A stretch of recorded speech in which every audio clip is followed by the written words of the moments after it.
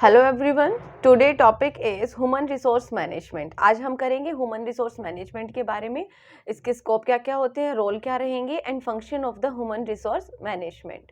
So basically बात करते हैं ह्यूमन रिसोर्स मैनेजमेंट की। किसी भी ऑर्गेनाइजेशन के अंदर जो ह्यूमन रिसोर्स होते हैं वो आपके इंपॉर्टेंट सोर्स होते हैं मैनेजमेंट। तो उनके मैनेजमेंट हम किस तरीके से करते हैं, किस तरीके से हमें करना चाहिए और क्या क्या फंक्शन होते हैं जो परफॉर्म किए जाते हैं, वो सब कुछ हम डिटेल से पढ़ेंगे। अगर बात करते हैं एचआरएम की बात करते हैं तो एचआरएम का बेसिक जो पर्पस रहेगा वो रहता है आपकी प्रोडक्टिविटी को किस तरीके से हम इम्प्रूव कर सकते हैं। जो लोग ऑर्गेनाइजेशन के अंदर काम करते हैं उनका प्रोडक्टिविटी पे क्या इफेक्ट है, तो ये सब सारी जो बातें होती है वो आएगी आपकी ह्यूमन रिसोर्स मैनेजमेंट के अंदर। हम किस तरीके से मैनेज करते हैं लोगों को हमारी ऑर्गेनाइजेशन के अंदर, ताकि उनसे हम काम करवा सके या प्रोडक्टिविटी को इंक्रीज कर सके या फिर ऑर्गेनाइजेशन का जो गोल है उसको अचीव कर सकें इफेक्टिव एंड इफिशिएंट मैनर में। देन बात करते हैं स्कोप की, स्कोप ऑफ एचआरएम। क्या क्या स्कोप रहेगा आपका ह्यूमन रिसोर्स मैनेजमेंट का।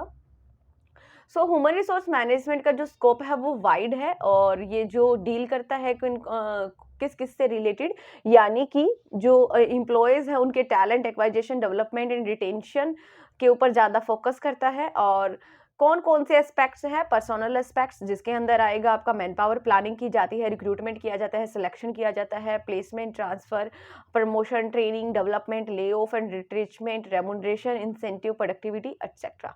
तो इन सब के बारे में हम आगे फर्दर डिटेल से पढ़ेंगे कि क्या क्या इसके अंदर दिया गया है या क्या क्या आता है इसके अंदर। नेक्स्ट देखिए, यहाँ पे सिर्फ आप नेम लर्न कर लेना, जो भी अपने नोट्स बना रहे हो तो वहाँ पे नेम मेंशन कर लेना। नंबर 2 आता है वेलफेयर एस्पेक्ट्स। वेलफेयर एस्पेक्ट्स के अंदर डील किन से करेंगे हम, लाइक क्रैच हो गया, रेस्ट हो गया, lunch room, housing, transport, medical assistant, education, health, safety and recreation facilities.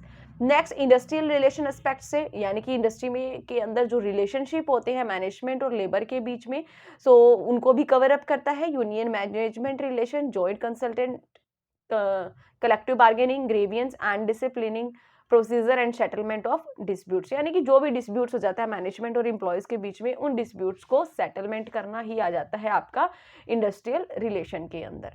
तो ये सब बेसिकली हमने पढ़ा स्कोप ऑफ एचआरएम। नेक्स्ट बात करते हैं फंक्शन ऑफ एचआरएम, यानी कि क्या क्या फंक्शन होते हैं एचआरएम के। बेसिकली जो डिवाइड किया गया है वो 2 पार्ट्स में डिवाइड किया गया है, managerial function and operative function. अब बात करते हैं मैनेजरियल फंक्शन की। मोस्ट इंपॉर्टेंट है, प्रीवियस ईयर पेपर के अंदर भी बहुत बार पूछा गया है फंक्शन के बारे में। तो जो फंक्शन है एचआरएम के वो मोस्ट इंपॉर्टेंट है, तो इनको नोट्स के अंदर जरूर राइट डाउन कर लेना, अपने जो नोट्स प्रिपेयर कर रहे हो आप। यहाँ पर जो डायग्राम दे रखा है ना, ये डायग्राम तो बिल्कुल एज इट इज आपको लर्न करना है डायग्राम के अंदर, और इसका जो एक्सप्लेनेशन है वो हम नेक्स्ट पढ़ेंगे अभी। बेसिकली 2 पार्ट्स में डिवाइड किया गया है, managerial function and number 2 is a operative function. Managerial function के अंदर आता है आपका प्लानिंग, आता है organising, directing and controlling. Then बात करते हैं ऑपरेटिव फंक्शन की। ऑपरेटिव फंक्शन में के अंदर क्या क्या चीजें आ जाती है, procurement, development, compensation, integration, maintenance, तो ये सारी आ जाती है आपकी ऑपरेटिंग फंक्शन में। एक तरीके से आप स्टाफिंग भी यहाँ पे लगा सकते हो कि क्योंकि सारा जो फंक्शन जो परफॉर्म किए जा रहे हैं वो स्टाफिंग के भी परफॉर्म किए जा रहे हैं। देखिए, अभी हम इस डायग्राम को एक्सप्लेन करते हैं, किस तरीके से हम एक्सप्लेन करेंगे।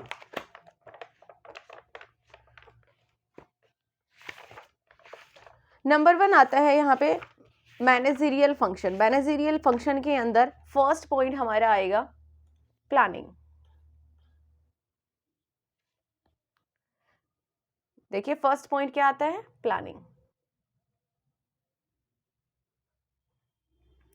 प्लानिंग के अंदर क्या करते हैं हम, प्लानिंग के अंदर डिसीजन मेकिंग प्रोसेस होती है जहां पर हम प्लान करते हैं related to the what to do, how to do and when to do. इन सब से रिलेटेड हम क्या करते हैं, प्लानिंग करते हैं। तो वो सारा आ जाता है प्लानिंग के अंदर इंक्लूड होता है। और फ्यूचर के रिगार्डिंग जो हम प्लानिंग करते हैं, लाइक फ्यूचर के अंदर हमें क्या करना है, किस तरीके से करना है, किस ऑब्जेक्टिव को हम किस स्ट्रेटेजी के साथ अचीव करेंगे, तो वो आ जाता है आपका प्लानिंग के अंदर। प्लानिंग करते हैं हम regarding to the recruitment, selection, training of the employees.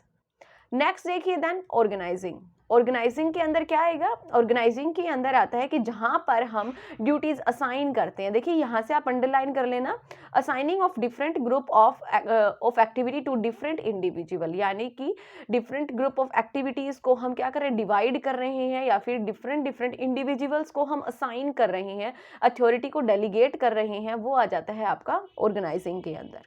Next आता है फिर डायरेक्टिंग। डायरेक्टिंग में आ जाएगा सुपरवाइज करना या फिर गाइडलाइंस प्रोवाइड करना related to a particular task. Particular task के रिगार्डिंग कोई भी जो गाइडलाइन इशू की जाती है, बताया जाता है आपको किस डायरेक्शन में काम करना है, अगर इस ऑब्जेक्टिव को आप अचीव करना चाहते हो तो किस डायरेक्शन में आपको किस तरीके से काम किया जाना चाहिए, इन सब बातों की इंफॉर्मेशन आपको दी जाती है। नेक्स्ट आता है फिर कंट्रोलिंग। कंट्रोलिंग फंक्शन भी आपका मेन इंपॉर्टेंट फंक्शन रहता है, जहां पर कोई भी नेगेटिव डेविएशन होता है उसके बारे में पता करना, उसको करेक्ट करना। अब ये तो नहीं है सारे जो इम्प्लॉयज़ है उसकी परफॉर्मेंस वेल एंड गुड, और जो इम्प्लॉयज़ परफॉर्म कर रहे हैं वो बहुत अच्छा परफॉर्म कर रहे हैं, कोई भी प्रॉब्लम नहीं है। कुछ ना कुछ प्रॉब्लम तो आती है, कुछ नेगेटिव डेविएशन होते हैं, तो उनको पता करना और फिर उनको कंट्रोल करना, वो आ जाता है कंट्रोलिंग के अंदर। देन हम बात करेंगे ऑपरेटिव फंक्शन की। देखिए ऑपरेटिव फंक्शन के अंदर नंबर 1 आता है प्रोक्यूरमेंट फंक्शन। प्रोक्यूरमेंट फंक्शन के अंदर क्या आएगा, जहां पे हम लोगों को हायर कर रहे हैं according to the skill, knowledge and aptitude. इसके अंदर आ जाता है आपका job analysis, man power planning, recruitment, selection, placement, induction and internal mobility. Number 1 आता है जॉब एनालिसिस। जॉब एनालिसिस के अंदर हम क्या पढ़ेंगे, ये एक आपकी ऐसी प्रोसेस होती है जहां पर जॉब के रिगार्डिंग सारी इंफॉर्मेशन कलेक्ट की जाती है relating to the operation and responsibility pertaining to a specific job. कोई भी स्पेसिफिक पर्टिकुलर जॉब के रिगार्डिंग उसकी क्या रिस्पॉन्सिबिलिटी होगी, किस तरीके से ऑपरेट किया जाएगा, तो वो जो जॉब के रिगार्डिंग जो सारी इंफॉर्मेशन है वो कलेक्ट करना, उस प्रोसेस को हम बोलते हैं जॉब एनालिसिस। नेक्स्ट देखिए ह्यूमन रिसोर्स प्लानिंग। अब आता है यहाँ पे बात आती है कि ह्यूमन रिसोर्स जो आपकी ऑर्गेनाइजेशन के अंदर है उनकी प्लानिंग करना। तो उनकी प्लानिंग किस तरीके से की जाएगी कि आपकी ऑर्गेनाइजेशन के अंदर कितने इंप्लॉयज की रिक्वायरमेंट है या कितने क्वालिफाइड पर्सन आपके ऑर्गेनाइजेशन के अंदर अवेलेबल है। ओके, सो उन्हीं के अकॉर्डिंग आपके जो ऑर्गेनाइजेशन की आपके ऑर्गेनाइजेशन को जिन एम्प्लॉयज की नीड है उन एम्प्लॉयज को हायर करना, उनके रिगार्डिंग प्लानिंग करना, वो आ जाता है आपका ह्यूमन रिसोर्स प्लानिंग के अंदर। रिक्रूटमेंट, एक होता है आपका रिक्रूटमेंट, एक होता है आपका सिलेक्शन। जो रिक्रूटमेंट होता है वो आपका पॉजिटिव प्रोसेस होती है और जो सिलेक्शन होता है वो आपकी नेगेटिव प्रोसेस होती है। कैसे? जो रिक्रूटमेंट होता है, रिक्रूटमेंट का मतलब रिक्रूट कर रहे हैं वहां पे लोगों को, तो यहाँ पर हुआ कि कोई भी पर्सन अप्लाई कर सकता है, ठीक है, यानी कि जो भी कंडीशन को सेटिस्फाई कर रहा है वो क्या करेगा, अप्लाई करेगा, प्रोस्पेक्टिव एम्प्लॉयज। नेक्स्ट सिलेक्शन की जहां तक हम बात करते हैं, सिलेक्शन आपका एक नेगेटिव प्रोसेस रहता है जहां पर उन लोगों से के अंदर से कोई भी 1 या 2 पर्सन को सिलेक्ट किया जाता है, उस पर्सन को सिलेक्ट किया जाएगा जो कि जॉब प्रोफाइल जो है और एक पर्सन की क्वालिफिकेशन है, अगर वो दोनों मैच हो रही है तो उस पर्सन को ही सिर्फ सिलेक्ट किया जाएगा। ये आ जाता है आपका सिलेक्शन के अंदर। सो पेपर के अंदर ये क्वेश्चन पूछा गया है बहुत बार कि जो रिक्रूटमेंट है वो आपका पॉजिटिव प्रोसेस है और जो सिलेक्शन है वो आपका नेगेटिव प्रोसेस है। तो ध्यान रखना, जो भी मैं साथ के साथ बता रही हूँ इनको राइट डाउन कर लेना, क्योंकि पेपर के अंदर बहुत बार ये चीजें पूछी जाती है सब्जेक्ट से। नेक्स्ट देखिए फिर प्लेसमेंट। नेक्स्ट बात करते हैं प्लेसमेंट की। प्लेसमेंट के अंदर आएगा कि जो भी आपका एक्सपीरियंस जो एम्प्लॉय होता है, qualification, experience, skill, interest with the job and offer on offer, यानी कि किसी भी पर्सन को वो उसका स्किल क्वालिफिकेशन अच्छे तो उसको कोई ऑफर करना, कुछ यानी कि कुछ अलग जॉब उसको प्रोवाइड करना, right candidate to a right level, अलग लेवल पर उसका क्या किया जाता है, प्रमोट करना आप लगा सकते हो, या फिर प्लेसमेंट करना आप यहाँ पे लिख सकते हो।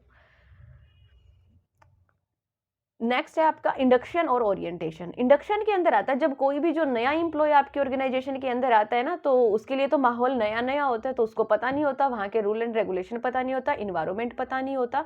तो ये जो टेक्निक है ये अडॉप्ट की जाती है ऑर्गेनाइजेशन के अंदर, उसको इंट्रोड्यूस करवाया जाता है ऑर्गेनाइजेशन से, ऑर्गेनाइजेशन के लोगों से, पॉलिसीज से, रूल रेगुलेशन से। ओके, तो वहाँ से वेल नोन होने के लिए उनको जो इंट्रोड्यूस करवाया जाता है उसको हम बोलते हैं इंडक्शन या फिर ओरिएंटेशन प्रोग्राम। नेक्स्ट आएगा आपका इंटरनल मोबिलिटी। इंटरनल मोबिलिटी का मतलब होता है movement of employees from one job to another job through the transfer, promotion, यानी कि एक पर्सन को किसी दूसरी जगह पे मूव करना, ट्रांसफर करना, प्रमोशन करना ही कहलाता है आपका इंटरनल मोबिलिटी। होप सो आप सभी को समझ में आ रहा है। ओके, अगर कहीं पर कोई इश्यू है तो आप हमें कॉन्टैक्ट कर सकते हैं। कॉन्टैक्ट नंबर रहेगा 9812926011। यहाँ पर आप हमें कॉन्टैक्ट कर सकते हैं अगर आपको कोई इश्यू हो रहा है तो। नेक्स्ट देखिए डेवलपमेंट फंक्शन। डेवलपमेंट फंक्शन के अंदर क्या होगा आपका, डेवलपमेंट फंक्शन के अंदर बेसिकली किसी भी पर्सन की एबिलिटी को अंडरस्टूड करना या फिर नॉलेज को इंक्रीज करना आ जाता है आपका डेवलपमेंट फंक्शन के अंदर। किस तरीके से डेवलपमेंट किया जाता है एम्प्लॉयज़ का, तो वो हम पढ़ते हैं। Number 1 is a training. Training के अंदर आएगा कि एक ट्रेनिंग जो है वो आपका एक कंटिन्यू प्रोसेस है, जो कि एम्प्लॉयज़ को नई नई स्किल लर्न करवाई जाती है, नॉलेज को इंक्रीज करवाया जाता है, एबिलिटी उसकी इंक्रीज होती है, एटीट्यूड इंक्रीज होना। तो ये आ जाता है कोई भी पर्टिकुलर गोल को अचीव करने के लिए जब उसको ट्रेनिंग प्रोवाइड करवाई जा रही है, तो बेसिकली उसका क्या हो रहा है, एम्प्लॉयज़ का डेवलपमेंट हो रहा है। ठीक है, नेक्स्ट आता है फिर आपका एग्जीक्यूटिव डेवलपमेंट। एग्जीक्यूटिव डेवलपमेंट के अंदर क्या होगा, it is a systematic process of developing managerial skill, उसकी मैनेजरियल स्किल को इंक्रीज करना एंड कैपेबिलिटीज को इंक्रीज करना थ्रू द अप्रोप्रिएट प्रोग्राम। कुछ प्रोग्राम्स आपके ऑर्गेनाइजेशन में रन करके जब इंप्लॉयज की स्किल को इंक्रीज किया जाता है, वो हो जाते हैं आपके एग्जीक्यूटिव डेवलपमेंट। नेक्स्ट है career planning and development. Career planning के अंदर आ जाएगा कोई भी जो एम्प्लॉय ऑर्गेनाइजेशन के अंदर काम कर रहा है उसका करियर क्या है उस जॉब के अंदर, या फिर वो कहाँ तक पहुंच सकता है, उसकी करियर की प्लानिंग करना by the education, training, job search, acquisition of work experience. तो इससे ही तो आगे अब आप बढ़ते हो ना, एकदम से तो आप टॉप लेवल पे नहीं जा सकते, तो आप धीरे धीरे करके जाते हो। अपने जॉब एक्सपीरियंस से लगा सकते हो, आप अपनी ट्रेनिंग से लगा सकते हो, एजुकेशन से लगा सकते हो। और इसी के अंदर एक चीज इंक्लूड होती है सक्सेशन प्लानिंग। पेपर के अंदर इसके बारे में भी पूछा गया है कि सक्सेशन प्लानिंग क्या होता है, आपको पता होना चाहिए सक्सेशन प्लानिंग क्या होता है। सक्सेशन प्लानिंग का मतलब होता है कि आने वाले टाइम में टॉप मैनेजमेंट के ऊपर जो पर्सन है या फिर जो अपॉइंट किया जाएगा वो कौन किया जाना चाहिए, उसकी प्लानिंग स्टार्टिंग से ही करके चलना, तो वो होता है आपका सक्सेशन प्लानिंग। नेक्स्ट देखिए फिर human resource development. Human resource development का जो एम रहेगा वो रहेगा टोटली आपका जो ऑर्गेनाइजेशन है उसका डेवलपमेंट हो, ऐसा इन्वायरमेंट क्रिएट हो आपकी ऑर्गेनाइजेशन के अंदर कि हर एक एम्प्लॉय का डेवलपमेंट हो और हर एक की कैपेबिलिटीज इंक्रीज हो, ताकि आपके ऑर्गेनाइजेशनल गोल को अचीव कर सके। नेक्स्ट देखिए देन, नेक्स्ट है compensation and motivation function. Compensation and motivation function कौन कौन से होंगे, ये आपका एक ऐसा प्रोसेस होता है जहां पे लोगों को इंस्पायर किया जा रहा है ऑर्गेनाइजेशन के अंदर, सो यूज करके intrinsic and extrinsic rewards. Intrinsic rewards कौन से होते हैं, अचीवमेंट, रिकॉग्नाइजेशन, रिस्पॉन्सिबिलिटी। बात करते हैं एक्सट्रिंसिक रिवॉर्ड की। एक्सट्रिंसिक रिवॉर्ड होते हैं like job design, work scheduling, appraisal based incentive etcetera, वो होंगे आपके एक्सट्रिंसिक रिवॉर्ड। अब इसके अंदर इंक्लूड क्या क्या होते हैं, क्या क्या इन्वॉल्व होती है। Number 1 is a job design. Job design के अंदर हम देखते हैं कि हमें काम क्या क्या करना है, क्या क्या टास्क मिले हैं या रिस्पॉन्सिबिलिटी क्या क्या है पर्टिकुलर वर्क के रिगार्डिंग, वो होता है आपका जॉब डिजाइन। नेक्स्ट है फिर आपका वर्क शेड्यूलिंग। वर्क शेड्यूलिंग के अंदर हम पढ़ते हैं, वर्क शेड्यूलिंग के अंदर हम पढ़ेंगे कि आपका जो वर्क रहेगा वो किस तरीके का जो वर्क रहेगा, शेड्यूल करना वर्क को। Scheduling work to motivate employee, यानी कि वर्क की शेड्यूलिंग करके एम्प्लॉयज को मोटिवेट करना through the job enrichment, shorter work week, flexible time, work sharing, work from home assignment etcetera. ये होते हैं आपके वर्क शेड्यूलिंग, किस तरीके से शेड्यूल किया जा रहा है। एक होता है जॉब इनरिचमेंट, एक होता है आपका जॉब इनलार्जमेंट। जॉब इनरिचमेंट का मतलब क्या होता है, जहां पर आपकी सैलरी को इंक्रीज किया जा रहा है। और जॉब इनलार्जमेंट का मतलब क्या होता है, only increase the responsibility with in same level, with in same level, ये होता है आपका जॉब इनलार्जमेंट। तो इनलार्जमेंट के अंदर ये होता है, ये आपका पेपर के अंदर पूछा गया था, तो इसीलिए मैंने आपको यहाँ से कंसेप्ट जो है वो क्लियर करवा दिया। आप राइट डाउन कर लेना नोट्स के अंदर दोनों का डिफरेंस। देन नेक्स्ट देखिए मोटिवेशन। मोटिवेशन के बारे में हम बात करेंगे। मोटिवेशन के अंदर हम पढ़ते हैं कोई भी जो एम्प्लॉयज़ है विदाउट मोटिवेशन जो है वो वर्क नहीं कर पाता, या आप लगा सकते हो कि अच्छे तरीके से वर्क नहीं कर पाता। अगर आप मोटिवेट करते हो, वो आपका मोटिवेट जो है वो फाइनेंशियल भी हो सकता है और नॉन फाइनेंशियल भी हो सकता है। कुछ एम्प्लॉयज़ फाइनेंशियली मोटिवेट होते हैं और कुछ एम्प्लॉय नॉन फाइनेंशियली मोटिवेट होते हैं। बट ये ज़रूरी है एम्प्लॉयज़ को मोटिवेट करना, क्योंकि जितना ज़्यादा आप मोटिवेट करोगे उतनी उनकी परफॉर्मेंस इंक्रीज होगी। ट्राई करना चाहिए आपके ऑर्गेनाइजेशन के अंदर फाइनेंशियल और नॉन फाइनेंशियल दोनों तरीके के रिवॉर्ड जो है वो एम्प्लॉयज को दिए जाने चाहिए। नेक्स्ट आता है फिर आपका जॉब इवेल्युएशन। जॉब इवेल्युएशन का बेसिकली मतलब होता है, यहाँ पे दिया हुआ है आपको, वैल्यू ऑफ द जॉब। क्या वैल्यू है जॉब की, या फिर आप लिख सकते हो यहाँ पे वर्थ ऑफ द जॉब वो आ जाता है आपका जॉब इवेल्युएशन के अंदर। आपकी एक ऐसी प्रोसेस होती है जहाँ पर ये देखा जाता है कि आपकी जॉब की क्या वैल्यू है comparison to the other job. Next देखिए then performance appraisal. Performance appraisal का एक कंप्लीट लेसन भी है, बट बेसिकली हम यहाँ पे फंक्शन के बारे में कर रहे हैं, तो सभी चीज़ों के बारे में हमें थोड़ा थोड़ा जानने की ज़रूरत है, क्योंकि थोड़ा थोड़ा यहाँ पर करेंगे। यहाँ पे हम ऑल ओवर फंक्शन के बारे में कर रहे हैं, उसके बाद में सेपरेट लेसन के बारे में भी करेंगे हम। जो भी आपके टॉपिक्स है उसी के अकॉर्डिंग चलेंगे पॉइंट टू पॉइंट। तो यहाँ पे बात करते हैं परफॉर्मेंस अप्रेजल की। परफॉर्मेंस अप्रेजल के अंदर कोई भी जो एम्प्लॉयज़ है उसने अपनी जॉब को कैसा परफॉर्म किया है उसका मूल्यांकन करना, उसको देखना कि उसका जो वर्क है वो कैसा किया गया है। सो परफॉर्मेंस अप्रेजल एक systematic and objective way of evaluating work related to the behaviour and potential of employees का कितना पोटेंशियल है कोई भी टास्क को परफॉर्म करने के लिए, वर्क करने के रिगार्डिंग। नेक्स्ट आपका फिर कंपनसेशन एडमिनिस्ट्रेशन। कंपनसेशन के अंदर क्या आएगा, compensation is the process of dividing how much an employee should be pay, यानी कि किसी भी पर्सन को कितना पे किया जाना चाहिए, ठीक है, कितना काम किया गया है तो उसके बदले में उसको कितना पे किया जाना चाहिए। या फिर आपका जो बेसिकली कंपनसेशन का जो गोल रहेगा वो आपका रहता है कि आपके ऑर्गेनाइजेशन का जो गोल रहता है तो वो रहता है कि ज़्यादा से ज़्यादा जो एम्प्लॉयज़ है वो आपके ऑर्गेनाइजेशन की तरफ अट्रैक्ट हो, मोटिवेट हो। रिटेन का मतलब आपकी ऑर्गेनाइजेशन के अंदर लंबे टाइम तक बने रहे, ठीक है। तो वो आ जाता है आपका कंपनसेशन एडमिनिस्ट्रेशन के अंदर कि ऐसी जो पॉलिसीज है वो फॉर्मुलेट करना। नेक्स्ट आता है फिर इंसेंटिव बेनिफिट्स। इंसेंटिव बेनिफिट के अंदर किस किस टाइप के आप बेनिफिट जो है वो प्रोवाइड कर रहे हो, लाइक यहाँ पे आ जाता है social securities, insurance, workman compensation and welfare amenities. तो ये सब जो बेनिफिट्स आ जाएंगे ये आ जाते हैं आपके इंसेंटिव एंड बेनिफिट के अंदर। बेसिक जो आपका वेजेस स्ट्रक्चर है वो कैसा है। द नेक्स्ट फोर्थ फंक्शन हम पढ़ते हैं मेंटेनेंस फंक्शन। मेंटेनेंस फंक्शन के अंदर कौन कौन से फंक्शन आएंगे। मेंटेनेंस फंक्शन का बेसिकली जो एम रहेगा वो रहता है protect and preserving the physical and psychological health of employee. उनको प्रोटेक्ट करना, उनको प्रिजर्व करना psychological health of the employ.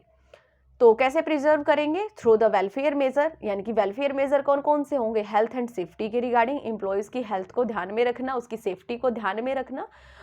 कोई भी ऐसा टास्क परफॉर्म कर रहे हैं जहाँ पर उसकी जो हेल्थ को है वो खतरा हो सकता है, तो उसके लिए सेफ्टी रूल्स बनाना, उसको देखना, उसको इंस्ट्रक्शन प्रोवाइड करना, ये सारा आ जाता है हेल्थ एंड सेफ्टी के अंदर। नेक्स्ट है फिर एम्प्लॉय वेलफेयर। एम्प्लॉय वेलफेयर में आ जाएगा कि एम्प्लॉयज़ के लिए कुछ काम करना, या फिर एम्प्लॉयज़ को आप अलाउंसेस वगैरह प्रोवाइड कर रहे हो, एम्प्लॉयज़ की हेल्प करना regarding to the housing, transportation, education, recreation facilities, ये सारे इंक्लूड हो जाते हैं आपके एम्प्लॉय वेलफेयर के अंदर। आप क्या क्या सर्विसेज, क्या क्या फैसिलिटीज़ प्रोवाइड कर रहे हो किसी भी एम्प्लॉयज़ को। नेक्स्ट आएगा then social security measure. Social security measure के अंदर क्या क्या चीज़ें हम इंक्लूड करेंगे, इंक्लूड करते हैं हम कंपनसेशन टू वर्कर को कंपनसेशन प्रोवाइड करना। अगर कोई भी एक्सीडेंट वगैरह हो जाता है आपकी ऑर्गेनाइजेशन के अंदर किसी भी एम्प्लॉयज़ को, तो उसको कंपनसेशन प्रोवाइड करना। वुमेन के लिए मैटरनिटी बेनिफिट्स प्रोवाइड करना, सिकनेस एंड मेडिकल बेनिफिट्स देना, डिसेबल बेनिफिट्स अलाउंस देना, dependent benefit, retirement benefit like provident fund हो गया, पेंशन हो गया, ग्रेचुटी हो गया, तो ये सब प्रोवाइड करना आ जाता है आपका मेंटेनेंस फंक्शन के अंदर। देन नेक्स्ट देखिए integration function.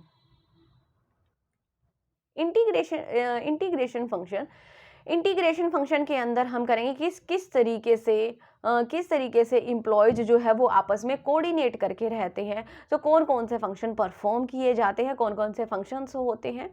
To integrate the goal of organisation with employ aspiration through various employ orientation programme like redressing grievance, प्रोमेटली